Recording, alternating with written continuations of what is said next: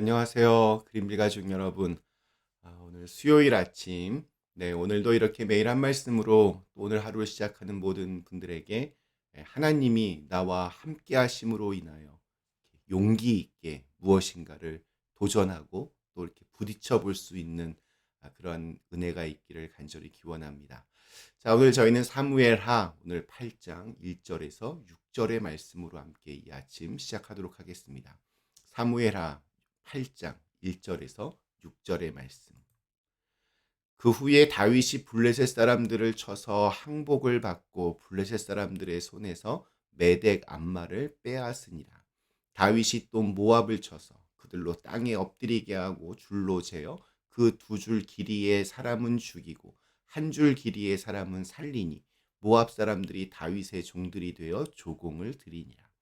르홉의 아들 소바 왕 하닷 에셀이 자기 권세를 회복하려고 유브라데 강으로 갈 때에 다윗이 그를 쳐서 그에게 마병 1700명과 보병 2만 명을 사로잡고 병거 100대의 말만 남기고 다윗이 그 외의 병거의 말은 다 발의 힘줄을 끊었더니 다메섹의 아람 사람들이 소바 왕 하닷 에셀을 도우러 온지라.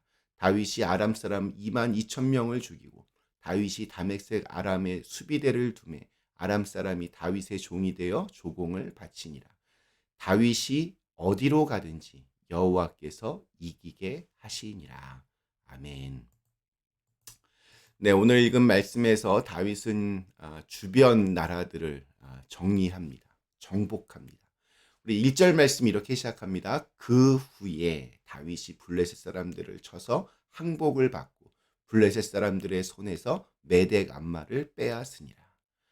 그 후에 라는 말로 시작합니다. 이 말은 다윗이 성전 건축에 필요를 느꼈지만 하나님의 계시를 통해 그것이 자신에게 맡겨진 사명이 아니라 자신의 후손을 통해 이루실 것이라는 사실, 그리고 그 후손의 나라를 영원히 견고하게 하실 것이라는 하나님의 계획을 알고 난 후에 이것을 말합니다.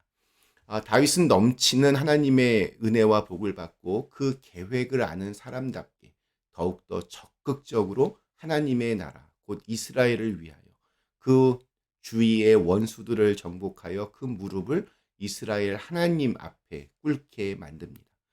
그러니까 하나님의 은혜를 핑계 삼아서 게으르게 살지 않았고 또 교만해지지 않았고 더욱 하나님의 이름과 그 나라의 영광을 위해 힘을 다했다는 것이 중요합니다. 이것이 하나님의 은혜를 진짜로 이렇게 아는 사람들의 공통적인 자세입니다. 참된 그리스도인은 하나님의 넘치는 구원을 체험한 다음에 그냥 왕궁 안에서 먹고 노는 사람이 아닙니다. 우리 사무엘하 우리 11장에 가면 다윗이 아주 심각한 죄를 범하는 장면이 나옵니다. 그 유명한 밧세바와의 간음 사건입니다. 그때 왜 그런 일이 시작이 되었습니까? 다윗이 전쟁에 안 나가고 자기의 부하들은 지금 피 흘리며 죽어가고 있는데 왕궁 안에서 편하게 쉬면서 낮잠을 자다가 놀고 있다가 유혹에 넘어간 것입니다. 우리는 지금 이게 완전한 구원 또는 받을 구원, 즉 완전히 천국에 들어갈 때까지 믿음의 선한 싸움을 싸우는 과정 중에 있습니다. 그래서 그리스도의 선한 군사로서 매일같이 선한 싸움을 싸우며 사는 사람이 바로 그리스도인입니다. 다윗이 처음으로 공격한 곳은 블레셋의 메덱 암마입니다. 메덱 암마는 성경에서 유일하게 이곳에서만 등장합니다. 그러니까 이게 어느 곳이냐? 이건 불분명합니다. 그런데 거기에 각주를 보시면 모성의 굴레라는 뜻을 가지고 있는데 고대 사회에서는 나라의 중심이 되는 곳을 어머니에 이렇게 빗댄 것을 생각하면 블레셋의 중심부와 그 주위의 여러 도시들을 함락시켰다. 이렇게 해석이 될 수 있습니다.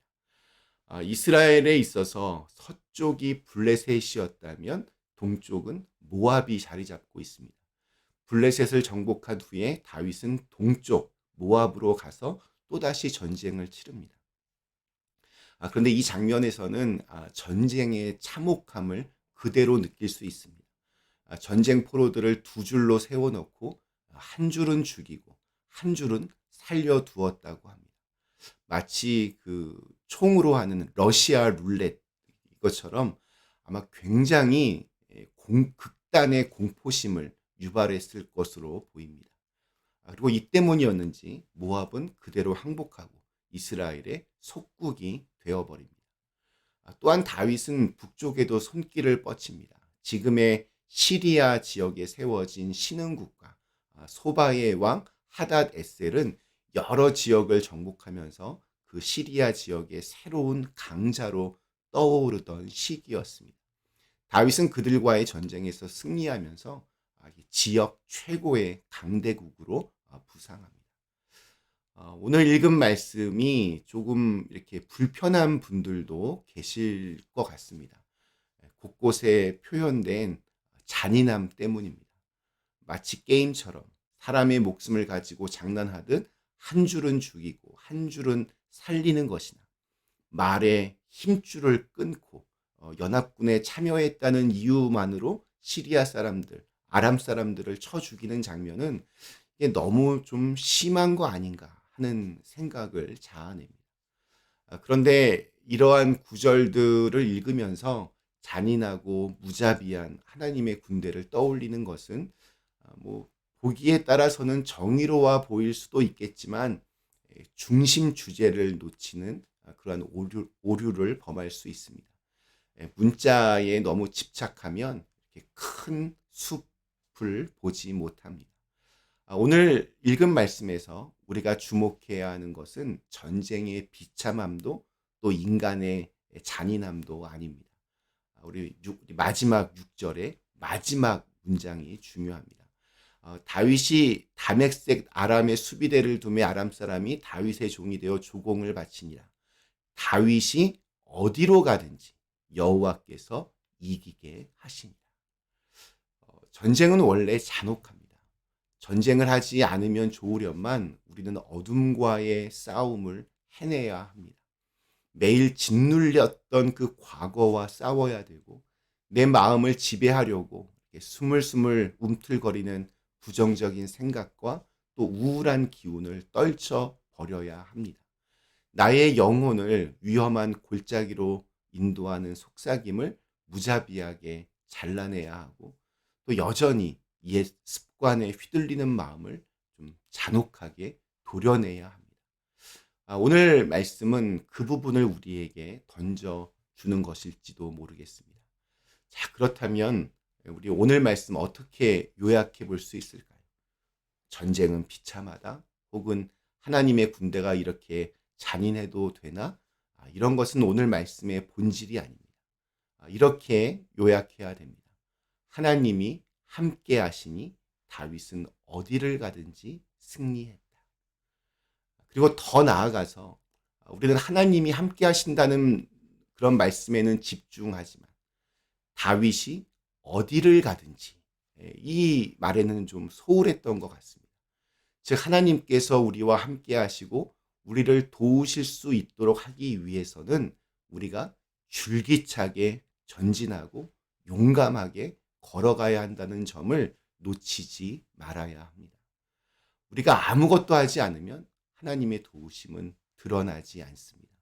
하나님의 도우심은 우리를 통해 드러나고 하나님의 함께 하심은 우리가 용기 있게 도전하는 길에서 빛나게 됩니다. 그분의 축복은 땀 흘린 자에게 주어지고 그분의 은혜는 용감하게 도전하는 이들에게 임합니다. 분명히 하나님은 우리를 통해 일하십니다.